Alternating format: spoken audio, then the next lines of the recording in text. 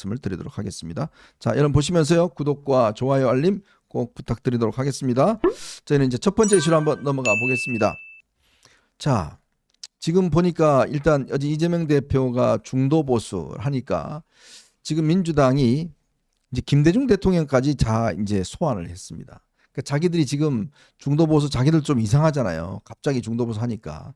그래서 찾다 보니까 예전에 김대중 대통령이 DJP를 할 때 그때 인터뷰를 방송 토론에 나와서 인터뷰를 하면서 우리는 중도 보수예요 라고 했던 게 있습니다. 그걸 오늘 보니까 이 민주당 의원들 페이스북에 어마어마하게 이제 막 뿌리고 다닙니다. 보세요. 우리 DJ도 저 중도 보수라고 그랬잖아요. 저기 보시면 김대중 대통령이 옛날에 방송 토론을 하는데 우리 당은 중도 우파다. 이렇게 이제 이야기했던 것을 이제 빗대서 예전에 저랬기 때문에 우리 이재명 대표가 한 것도 뭐 틀린 말이 아니에요 라고 이야기를 하고 있는 거죠. 예, 일단 좀 팩트부터 정리하고 가겠습니다. 민주당은 중도 보수다 이 발언이 지금 18일, 19일 그러니까 어저께 그저께 이재명이 세 차례에 걸쳐서 했습니다. 네. 첫 번째 한 거는 좌파 유튜브 채널인 새날이라는 채널에 출연해서요. 이렇게 얘기했습니다. 앞으로 민주당은 중도 보수로 오른쪽을 맡아야 한다. 우리는 진보가 아니다. 사실 중도 보수 정도의 포지션을 실제로 갖고 있다. 진보 진영은 새롭게 구축돼야 한다. 국민의힘을 보라. 네. 보수 집단이 아니다. 보수는 건전한 질서와 가치를 지키는 집단인데 그 건전한 질서와 가치의 핵인 헌정 질서를 스스로 파괴하고 있다. 매우 파격적인 발언을 그 유튜브에서 했어요. 네. 그 다음날 국회 취재진들이 당연히 물었겠죠. 거기에 대해서 이재명이 뭐라고 답했는가. 민주당은 성장을 중시하는 중도 보수 정당이다. 민주당은 원래 진보 정당이 아니다. 정의당, 민노당 이런 데가 진보 정당이다. 그랬고요. 어젯밤에 MBC 100분 토론에 나와서도 또 관련 발언을 했습니다. 네. 국민의힘을 보수라고 불러주지만 지금은 거의 범죄 집단으로 전락하고 있다. 헌정 질서를 파괴하는 위헌의 친위 구테타를 일으킨 세력을 비호하고 같이 몰려다니는 게 보수 정당이라고 할 수 있나 하면서요. 지금은 가치의 중심을 실용해 두고 성장을 더 중시해야 한다. 우리가 보수 정당이 되겠다는 게 아니라 건전한 보수, 합리적 보수의 역할도 우리 몫이 되어야 한다는 것이다. 네. 이게 관련 발언입니다. 아주 쓸데없는 이야기를 오랫동안 하셨습니다.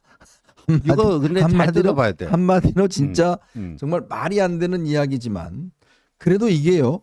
자꾸 이런 식으로 이야기를 하니까 그렇죠. 뭔가 이게 있어 보이는 듯한 느낌들이 있어요. 그러니까 이재명이 장황하게 본인들이 중도 보수란 이야기를 자꾸 이제 하고 있는 거 아니겠습니까?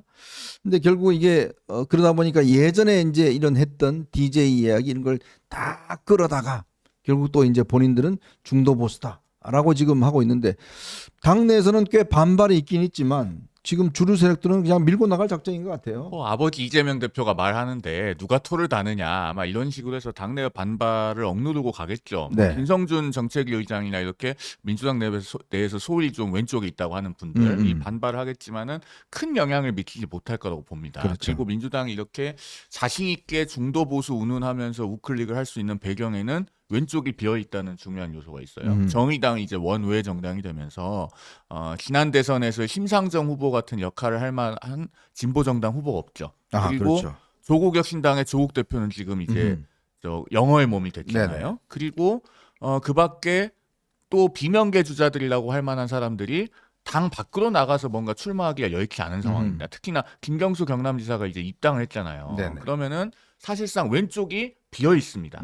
민주당이 아무리 오른쪽으로 우클릭을 해도 사실 어차피 다 따라오게 되어 있다. 지금 이런 전략적 판단을 하고 있는 것으로 보이고 그러면은 이제 국민의힘으로서는 과연 전선을 어느 지점에 쳐야 될 것인가. 그러니까 민주당은 나름대로는 민심의 중앙값에 해당하는 지점을 굉장히 빠르게 접수하고 국민의힘을 한쪽 코너에 몰아넣겠다. 그런 의도가 노골적으로 보여요. 이 상황에서 그러면은 국민의힘은 계속 탄핵에 반대하고 계엄을 옹호하고 이런 것들만 하면서 점점 구석으로 밀려날 것인가. 여기에 대해서 아주 심각한 위기의식을 가질 때가 됐다. 저는 이렇게 판단합니다. 네. 자, 이재명은 2016년도에 이렇게 이야기를 했습니다. 정체성을 잃고 포지션을 중도로 이동하면 오히려 불신을 사고 지지층에게 배신감을, 중도층에게는 의심을, 보수층에는 비웃음을 사게 된다. 지금 딱 그 국면이죠. 중도 코스프레 안 한다. 2017년도에는요. 일부러 선택받기 위한 포지션을 옮길 생각은 전혀 없다. 그렇게 해서 세상이 바뀌지 않는다. 이렇게 이야기했던 사람이에요. 근데 이제 와서는 말을 180도 바꿔서 결국 이제 우리가 중도 보수다라고 하는 거는 최근에 제가 듣기로는 민주당의 7인회가 다시 복원이 됐다고 그럽니다. 네. 그리고 지금 전략팀도 다 지금 가고 있다고 그래요. 그러니까 저는 이게 불쑥 나온 건 아니라고 봅니다. 네, 아니에요. 굉장히 뭔가 고도의 전략적 차원에서 나온 이야기 아닌가. 예, 맞습니다. 오늘 아침 라디오에 이 친명계 좌장 정성호 의원이 나와서요. 네. DJ도 한 말이다. DJ가 아까 현정님 그 네. 당시에 사진 저 신문기사 사진 보셨겠지만 중도 우파라고 했다. 그러면서 민주당 대회의실에 가면은 지금 국민의힘에는 3명의 전직 대통령 이승만, 박정희, 김영삼 3분 전직 대통령의 사진이 걸려 있잖아요. 네네. 예, 민주당 회의실에는 6분의 사진이 걸려 있답니다. 그게 김구, 이승만의 정적이었던 김구. 그다음에 이승만의 또 2대 대통령 선거인가의 그 경쟁자였던 신익희, 해공 신익희 네. 선대. 그리고 그 다음에 또 이승만 대통령의 그 경쟁자였다가 뭐 신익희 선생도 그렇고 이 유석 조병옥 박사. 조병호. 그 선거 전에 다 돌아가십니다. 네. 급사를 하게 되는데 그러니까 김구, 신익희, 조병옥, 김대중, 노무현, 문재인 이렇게 6명의 사진이 걸려 있다는 거예요. 네네. 그러면서 오늘 아침 정성호 의원이 얘기하는 게 김구, 신익희, 조병옥 다 온건 보수였고 중도 보수 아니었는가. 그렇죠. 우리 당의 뿌리가 중도 보수다. 뭐 그런 식의 주장을 하는 건데요. 자, 이걸 잘 봐야 됩니다. 지금 국민의힘은요, 뭐 수석 대변인 논평도 그렇고요. 지금 친윤계들은 이거 검사 사칭하더니 이제 보수까지 사칭하냐? 검사 사칭, 보수 사칭. 아. 이재명의 말을 어떻게 믿느냐? 그러니까 그냥 쇼로 보는 거예요. 홍준표 대구시장도 전 이재명의 우클릭 쇼다. 쇼다. 그러니까 그런 공격도 가능합니다. 네. 그런데 우리가요, 그걸 단순한 쇼로 보면은 안 된다라고 보여지는 게 한 사례를 볼게요. 최근 1월 30날 양산에 가갖고 책정수 만났잖아요. 네. 문재인 대통령. 문재인 대통령이 그때요, 정색을 하고 이재명이가 무슨 말을 했냐면 부울경이 더 보수화하는 것 같다. 부울경이 더 보수화하는 것 같다. 그래서 여기에 대한 대책이 있어야 된다. 그랬어요. 그랬더니 이재명이 나름대로 우리가 거기에 대해서 준비하고 있습니다. 준비하고 있습니다. 해가지고요. 2월 10일이었죠. 국회 교섭단체 대표 연설에서 이재명이 갑자기 뭘 꺼내드냐면요. 네. 북극 항로를 꺼내듭니다. 북극 항로? 예, 이게 뭐냐면 세계에서 네. 부울경으로 모인 화물이 그렇죠. 대륙 철도와 북극 항로를 통해 유럽으로 전 세계로 퍼져나갈 미래 비전을 준비해야 된다. 그러니까 이 문재인이 지적한 부울경의 보수화는 결국 먹고 사는 문제를 민주당이 적극적으로 해결해야지 그 보수화되는 표심을 이쪽으로 당겨올 수가 있는 거 아니냐.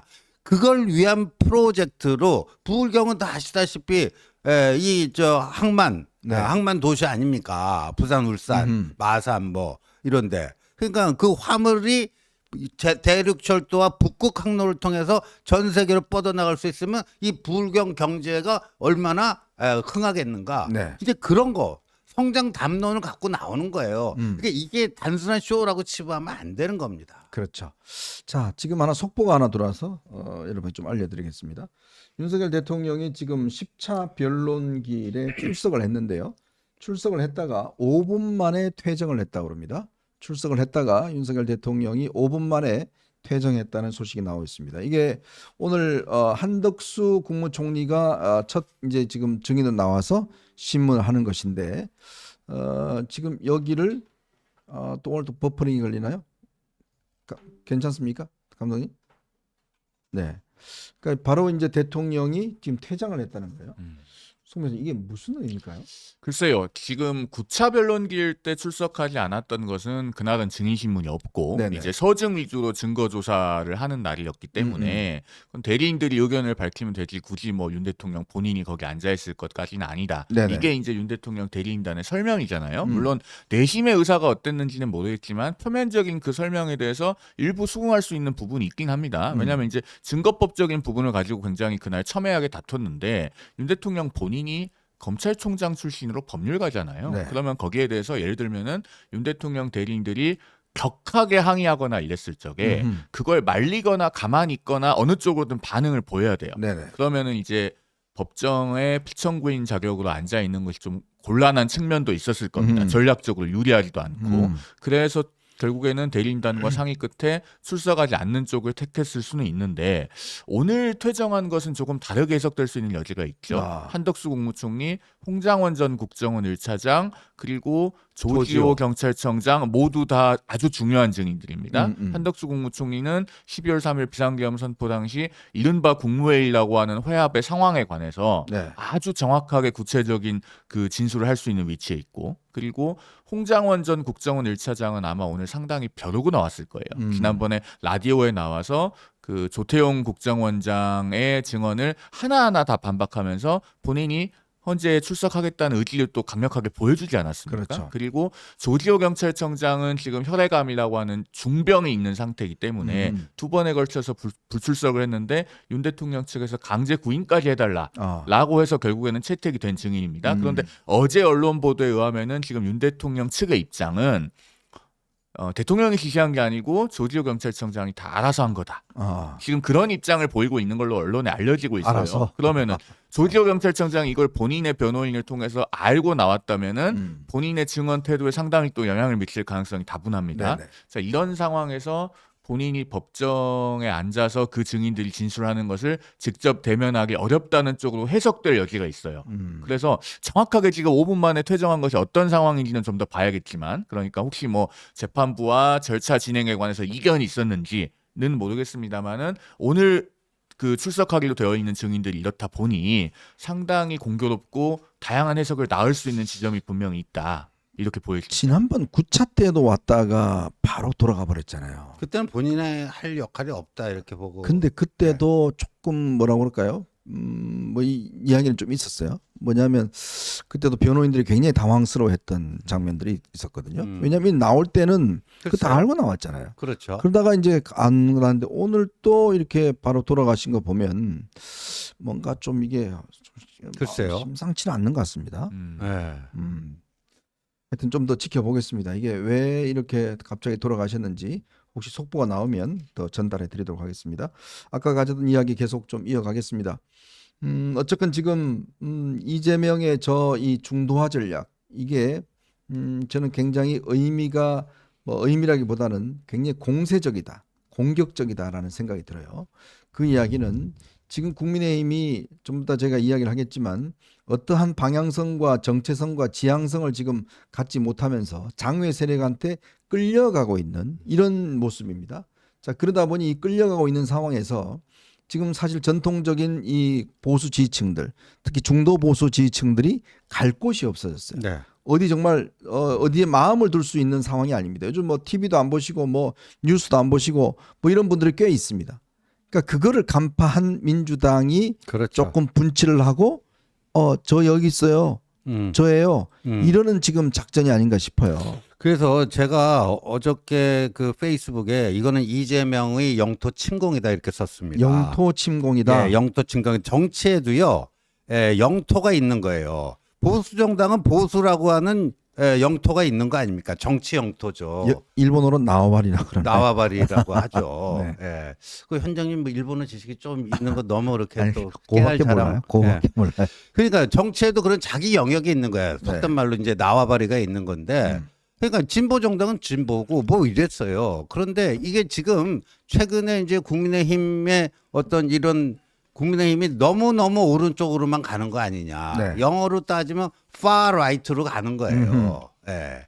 그러니까 그 자리가 아까 우리 송영훈 변호사께서 정의당이 사실상 거의 괴멸 수준으로 들어가면서 왼쪽 그 경쟁자가 없어졌다 하는 거 아닙니까? 그다음에 조국도 지금 깜빵에 가니까 저 조국이 대선에 나올지도 못하잖아요. 그렇죠. 그러니까 왼쪽은 신경 안 써도 된단 안 써도 된단 말이에요. 말이죠. 예. 근데 지금 이 저기 쌍권 지도부는 존재감이 없잖아요. 음흠. 쌍권 대신에 존재감이 있는 게 누구죠? 쌍전이에요. 쌍전? 예, 쌍권 대신 쌍전이에요. 누굽니까? 그게 정광훈과 전환길이에요. 쌍전. 그 쌍권은 별 볼 없고 쌍전이 뜨는 거예요. 야, 오른쪽에서. 신용호가 등장했습니다. 그러니까 그리고 파라이트로 가는 거예요. 국민의힘이 스스로 파라이트로 하니까 이재명이 또 이렇게 보고 있으니까 왼쪽에 신경 쓸 사람 없어요. 비었다 조국과 이거죠. 빵에 갔고 정의당 괴멸 수준이고. 근데 오른쪽도 지들이 저쪽 적끝 오른쪽으로 스스로 가네. 이것도 먹어버리자. 예? 그 영토 전쟁이에요. 영토 전쟁. 영토 침공입니다. 이거는. 우리가 기습을 솔직히 당한 거라고 네. 저는 보여집니다. 지금 아까 지호님도 이야기했지만 쌍권 체제가 그냥 뭐 우리 대충 저쪽 이야기하면 우리는 반대입니다. 저쪽이 하면 반대예요. 이런 것만 냈지. 뭔가 지금 적극적으로 본인들이 국민들에게 뭘 하려고 하는 게 없잖아요. 네. 그러다 보니 저쪽에 쌍전한테 끌려가고 있고 네. 매일 쌍전이 뭐 이런 것만 가서 그냥 시위만 하고 있고 자 그러니까 딱 이재명이 볼 때는 여기 비었네 확 들어와 버린 겁니다. 자 그래서 우리가 자연스럽게 두 번째 이슈로 한번 넘어가서 국민의힘 이야기를 해보도록 하겠습니다. 자 여러분 보시면서 구독과 좋아요 알림 꼭 부탁드리겠습니다.